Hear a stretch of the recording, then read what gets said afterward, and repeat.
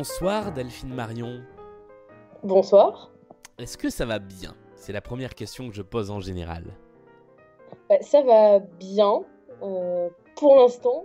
Le Ouais. confinement, plutôt bien, on va dire. Bon, parfait. Euh, Alors, pour commencer, le petit rituel de début de podcast, c'est de demander à la personne avec qui je discute si elle a envie d'écouter un morceau de musique qu'on écoute juste en fond pendant l'interview. Est-ce qu'il y a un truc que tu as envie d'écouter?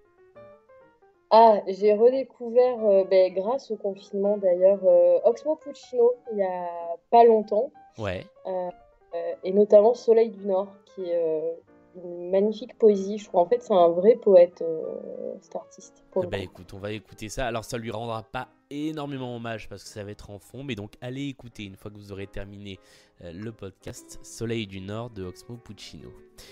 Alors pour toi, comment ça se passe ce confinement depuis quelques jours? Plutôt bien. En fait, pour moi, le confinement, il a vraiment démarré, on va dire, mardi. Ouais, Dans le sens où je suis arrivée il y a un mois. Pour dresser le contexte, ça fait un mois que je suis arrivée dans une ville et un département que je ne connaissais pas du tout, avec lequel du coup? Lyon, qui est D'accord. encore c'est un peu plus rural, on va dire, que de là où je suis originaire. Je suis corrézienne, donc je suis à 500 km des gens que j'aime, Ouais. euh, et de mes potes. Donc je suis vraiment isolée au double, enfin c'est la double peine, on va dire, ce confinement.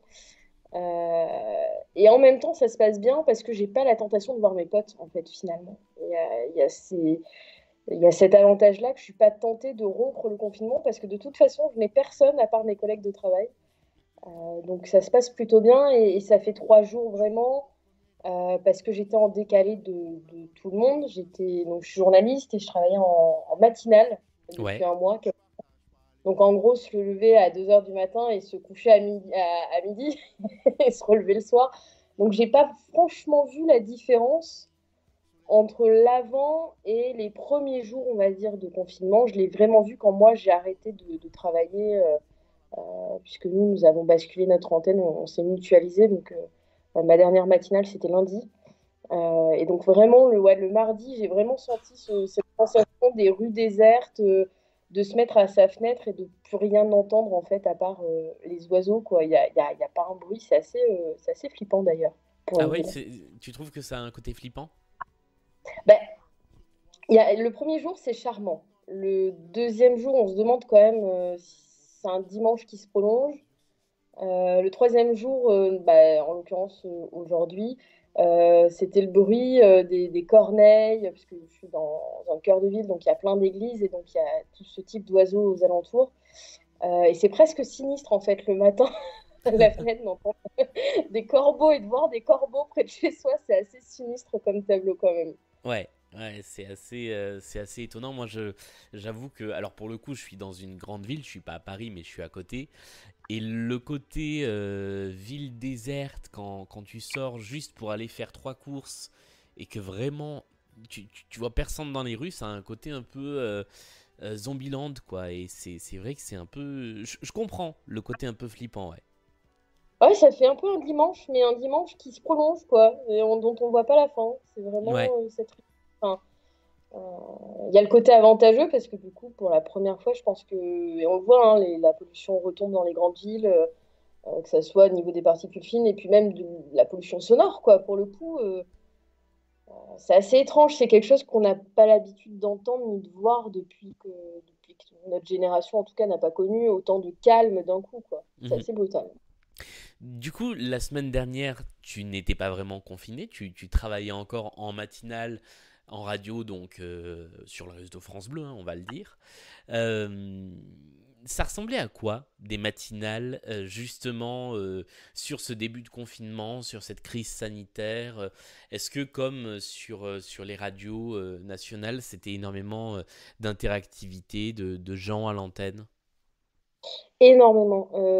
Pour tout avouer, j'ai eu l'occasion, et pour quelqu'un qui débute comme moi, c'est vraiment enfin, un gros coup de chapeau à mon chef de m'avoir fait confiance. J'ai fait la première matinale spéciale, celle juste avant le confinement, celle où on a eu les premières mesures donc c'était le vendredi matin, Ouais. où déjà on a beaucoup, beaucoup, beaucoup d'afflux d'appels et ça s'est un petit peu calmé la semaine dernière, mais beaucoup de gens qui sont soit très apeurés, soit on sent qu'il y a une détresse aussi parce qu'on est dans un département sans doute plus rural où finalement, où les gens sont déjà isolés de base, en fait, et quand on leur dit d'un coup que le peu de mouvements qu'ils ont le droit de faire et le peu de gens qu'ils ont le droit de voir, ils n'ont plus le droit, je pense que ça prend une autre dimension que simplement quand on est citadin.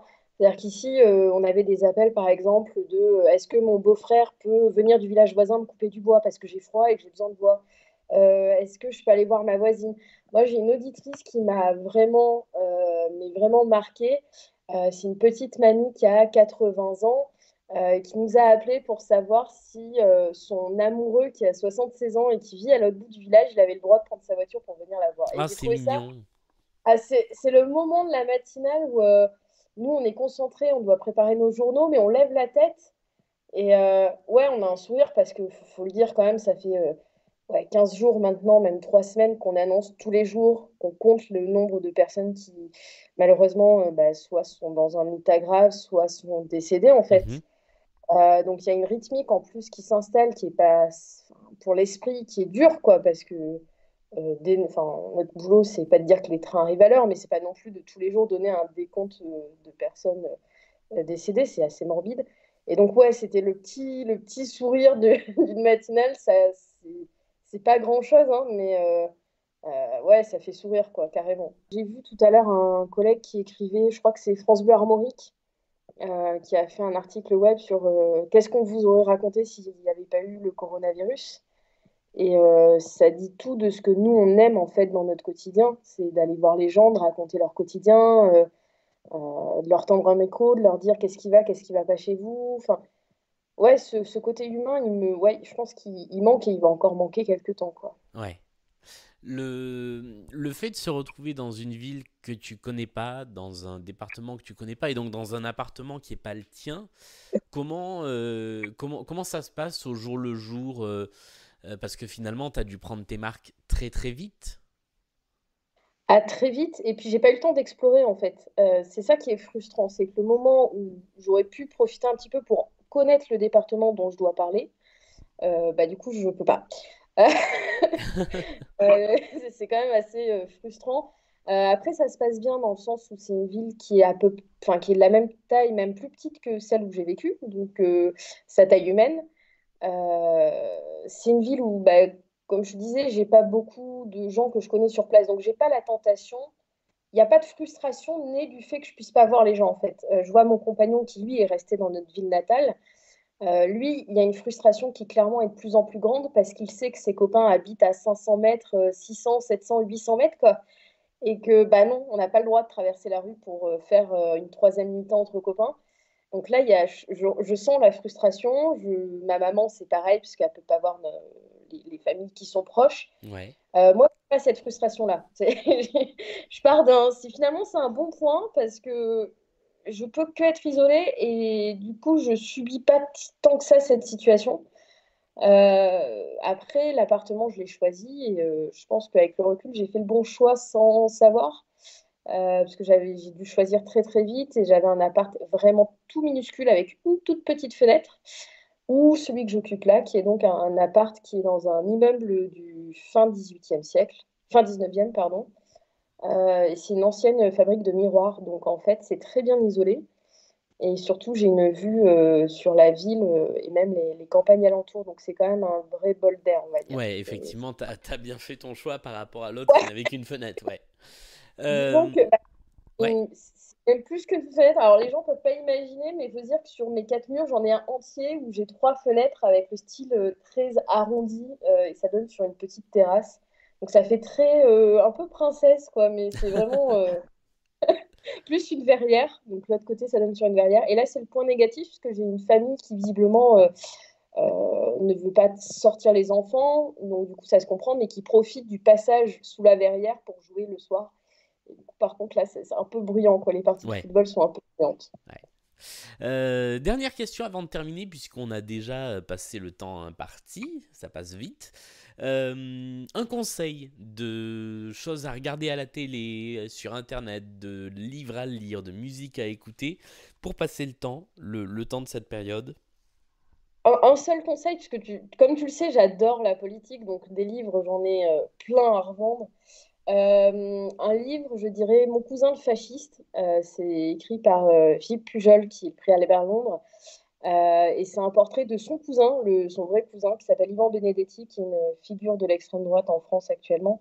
Et c'est un portrait hyper vivant et qui donne enfin, ouais, qui nous fait rentrer dans un monde que certains connaissent pas ou que certains appréhendent. Ça fait tomber quelques préjugés, ça fait sourire par moments.